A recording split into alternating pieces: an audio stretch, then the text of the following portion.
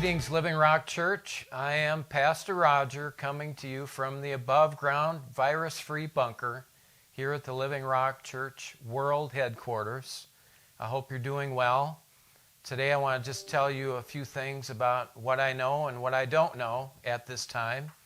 I do know that we've heard from most of our body, and we're glad to say that I don't know of anyone who's sick, and it seems like our body is doing well and making the most of this time. I do feel very bad. My heart goes out to our high school seniors and our college students. This is certainly not the year that they had in mind. And I also think of our friends who are in care facilities and group homes and their families. This isolation has been very hard on them. So please remember to pray for our students and those in care facilities and working there. Financially, I have an update for you. For the past 2 weeks, we have made budget here at the church, and planted funds continue to come in. And so thank you so much for your generosity in remembering the church at this time.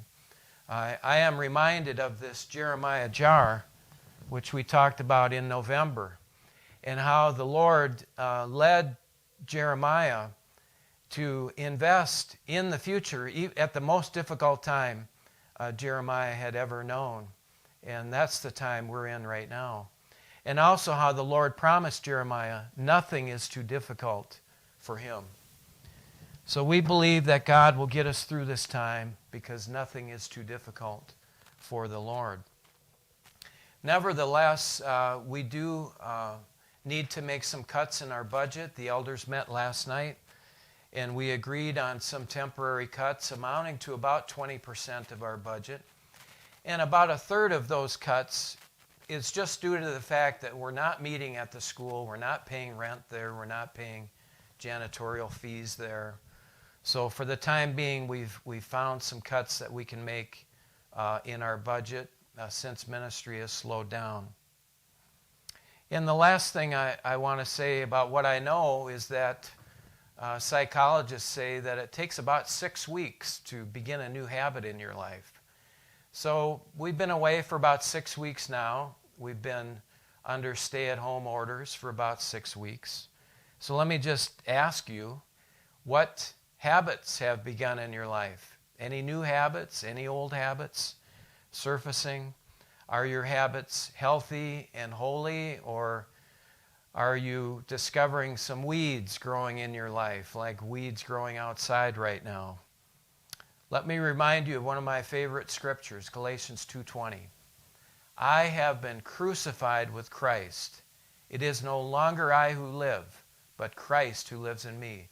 And the life I now live in the flesh, I live by faith in the Son of God, who loved me and gave himself for me. So I pray at this time, in your homes, in your personal life, that there would be good, holy, healthy habits being formed, which will benefit you in the year ahead. Now, before I go, let me tell you some things I don't know, which is a lot. I don't know when we're going to be able to meet again. I don't know when the school will allow us to meet or how we will be able to meet. I did hear from my son Richard in Nebraska that their church will be open for Mother's Day on May 10th. And families will sit together and they'll spread the chairs apart, but they'll be able to meet by the hundreds there. They just can't sit close to each other. When that will happen for us, I don't know. I do know we're going to continue to make video so that we can have church in our homes.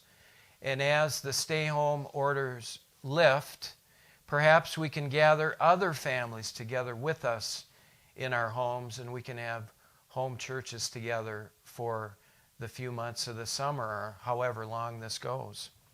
I also know we have a big, beautiful property out here.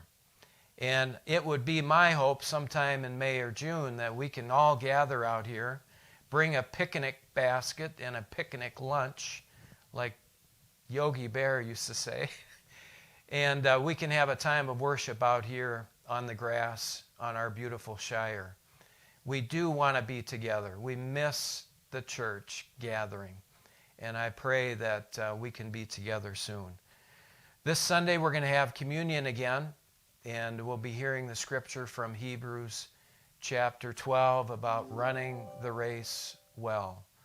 So God bless you. Thanks for watching today. Please contact me if there's anything we can do to encourage you and pray for you.